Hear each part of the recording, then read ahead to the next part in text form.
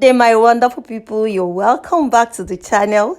This is Yuglo Fashion, and thank you so much for stopping by.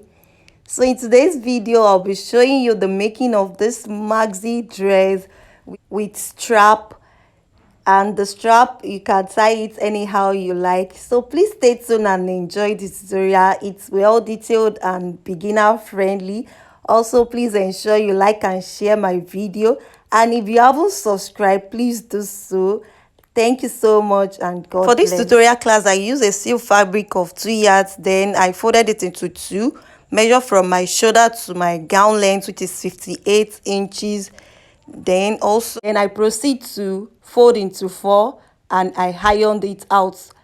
Then after that, I pinned everything together. So I have four foldings on the table already. Then I proceed to this side and I marked 4 inches. This is the middle. So I marked 4 inches and I create my starting point. You can see that's the part that I chalked out. That's my starting point. Then this is the 4 inches I said earlier. I went ahead to rule that out. Then after the 4 inches, I proceed to mark the circumference of my shoulder, which is 15 inches divided by 2. That's 7.5, as you can see. Then, it has strap. So for the strap, I remove 6 inches for that. Then I proceed to mark my usual armhole measurement, which is 7 inches.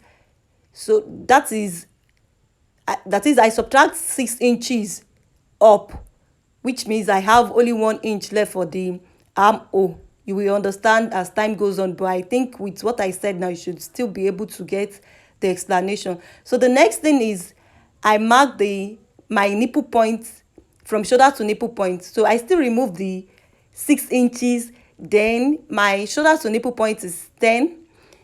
So I proceed to mark 10 inches. And then the next thing is to mark the circumference of my bust, which is 36 inches. So I mark the circumference of my bust at the 10 inches. Then I moved back to the 7 inches, which is the armhole. I marked 9 inches, that is my bust divided by 4. Then I added 1 inch for the slope. So that's how I came about this measurement. Then I went ahead to slant it down to the hem line. So you can still measure the width. I said I have 2 yards here, which means the total width here is 18 inches.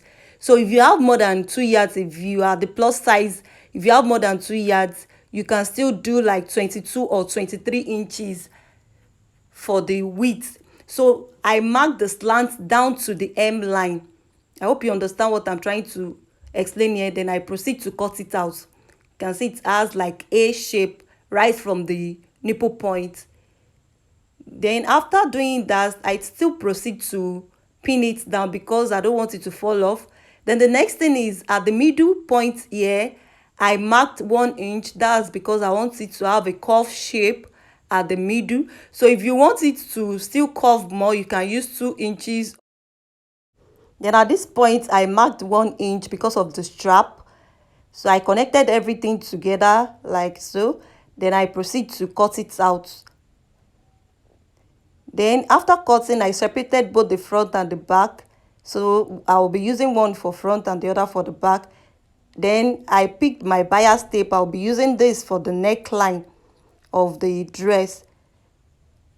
Then I proceed to pin the bias to the right side of the fabric this way, as you can see. So after pinning everything together, then I proceed to the machine to stitch the two together. So having done with that, I picked the armhole side. I folded it twice this way. Then after folding, I proceed to the machine to stitch. So this is the outcome after stitching. And I folded the bias side in this way. So I have hole in between now. I pinned the bias and the fabric together on the wrong side, ensuring that the fabric is still a bit showing on the bias this way. So I proceed to pin the two together and move to the machine as well to stitch both together. Then, having done with the stitching, I gave it a good press. I did this for both the front and the back. Then for the strap, I measure 1.5 inches by 38. You can do your desired length, but don't let the strap be too wide. Then after that, I folded one side in, fold the other also in, then fold the two on top of each other, iron them together, then proceed to the machine to stitch both of them together on each other. So after stitching, this is what I have. Then I pass in the strap, ensuring they are equal on both sides. Now this is the outcome. You can see how it is.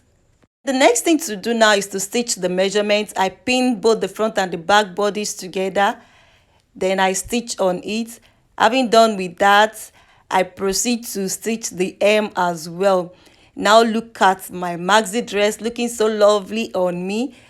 I also made a belt alongside with it, but this is not compulsory anyway, it's your choice. So thank you very much for watching this video to the end. Please like and share my video and also subscribe. So see you in my next video. Bye. Stay blessed. Love you.